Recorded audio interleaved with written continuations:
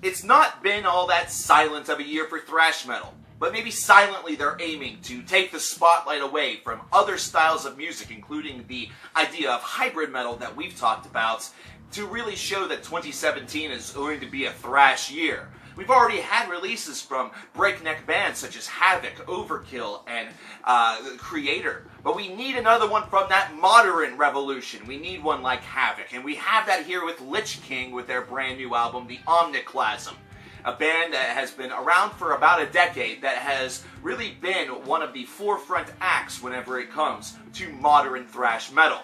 So this is a 10-track affair, and this is a band in Lich King that utilizes both speed as well as ferocity in order to give their songs a whole lot of that old school influence. And we're talking the classic 1980s material. Classic Exodus, classic Slayer. It's disorganized, it's got a whole hell of a lot of velocity to it, and it's uncompromising. It's like a steamroller. And they also have one other thing that perhaps some of the other bands don't display as prominently, whereas others do, such as Municipal Waste, and that's a little bit of a comedy factor. And you can see that just from the track listing before you even throw this album on, with songs such as Preschool Cesspool and crossover songs are too damn short, really showcasing and utilizing that idea to the T.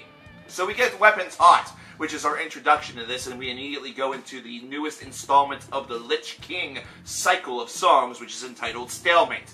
The second track is certainly not the only one that has the Lich King title to it. In fact, we're up to 6 tracks in this series by the end, but at the same time, this is a blinding introduction to the speed and the ferocity that this band is able to really deliver. And it only gets better from here. If you feel that this installment in the now sextology is a little bit weak, well, just stick with us, because gosh, it's going to get a whole hell of a lot more fast and a whole hell of a lot more fierce before we are said and done. We then get into Preschool Cesspool and Cut the Shit, or Our Time to Riot. Our Time to Riot really being a early highlight of this album, considering just the way in which these guitars are able to cascade, the way in which they layer upon one another, and the speed is just absolutely uncompromising.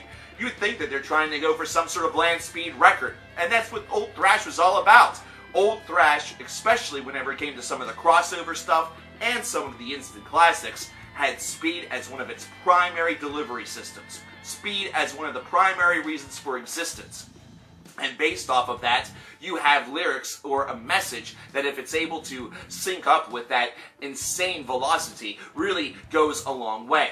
A song such as Preschool Cesspool, which is hard enough to say, is one that is able to illuminate that a little bit, but also can sometimes come off as a bit hokey. But the lyricism is actually part of the strength of this track, considering they're able to really showcase and utilize sort of their deranged viewpoint for the young. But Our Time to Riot instead feels very pure, like it's a turning back of the clock moment. Our Time to Riot you could easily see pictured in a 1980s thrash album by an up-and-coming and young band, perhaps a Slayer even, that has all of the markings of a classic thrash song that has somehow, some way, lost its way and has emerged here in 2017, in a realm where there is much cleaner production, whereas this still feels like it has that elder charm to it, that little slight hum, that little slight sense that this is not something that modern equipment is destined to even be able to catch up with. We then get the crossover songs are too damn short, which this one certainly is, and only 1:14. But then we go into a lengthy portion of this album with Take the Paycheck, but we're going to just jump over that and go directly into Civilization. A track that is over 7 minutes in length, which is certainly a huge, huge time differential by comparison to, you know, the 1 minute and 14-second track that was 2 before it.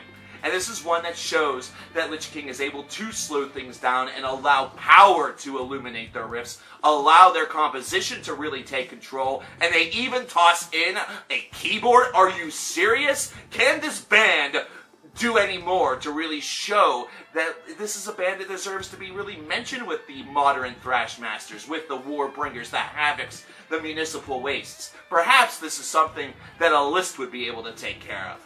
Maybe that's something that we should do right after this.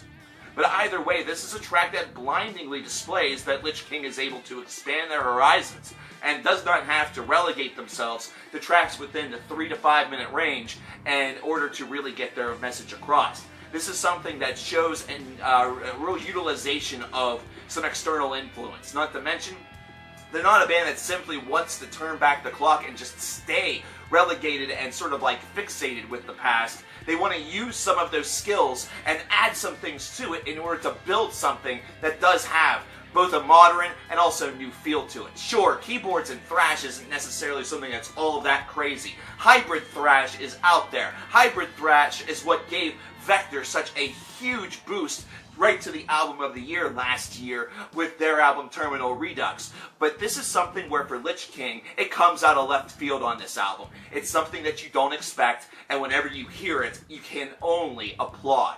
And then you get to the very final track on this album. You get to Lich King Part 6. You get to the Omniclasm, the title track, which also is willing to span the 7-minute mark, but this one uses that speed, that velocity, that aggression, that ferocious bite, the power of just shredding your tail off in order to get its message across. And this reminds me a lot of the old cycle that you got from a band such as Overkill, using the name of the band and just building this weird epic that is spread out over multiple parts. Lich King does a great job with that. This is an album where the only places where it kind of fails or falls flat a little bit is whenever it gets a little bit lost within itself. Preschool Cesspool and Cut the Shit both have their own merit, but these tracks do feel a little bit weak. The first half of this album does take a little bit to get off the ground running whenever it comes to quality material, but certainly not whenever it comes to speed. Once you get to track 5 all the way to track 10, that second portion of the album, 6 out of 10 tracks are just absolutely ridiculous. They are fantastic work. It's almost like Lich King had wrote all these 6 songs within a certain stretch and probably should have just stayed in the studio, starved themselves halfway to death, and written the rest of the album within that same breath, simply because these are almost untouchable tracks. But the sort of, hit the ground running variety of those first 4 does kind of hurt its score a little bit. This is a 20 out of 30, a fantastic thrash album that does match up with some of those earlier this year. It doesn't necessarily do so within the scoreboard variety, but it matches up in the fact that this is an album that you need to explore. This is one that needs to be seen and needs to be heard. You don't necessarily need to have an album be a 30 out of 30, an essential listen, just for it to be actually something that you should hear. This is competent enough to showcase and utilize what Lich King is all about, and also bring in a whole lot of new fans in the process. It's competent enough to really hold its own with those other 2017 releases, and based off of that alone, thrash continues to have one heck of a 2017.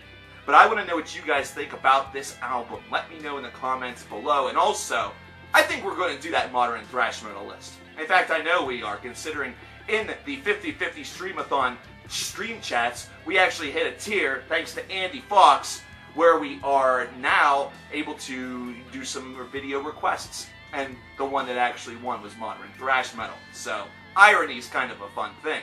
We're doing this for One of a Kind Pets, a fantastic facility that helps dogs and cats that were on the, euthanization list in other facilities to find a home. They actually take them off those lists, bring them into their facility, and give them a second chance at finding a forever friend. Not to mention, the facility is just fantastic.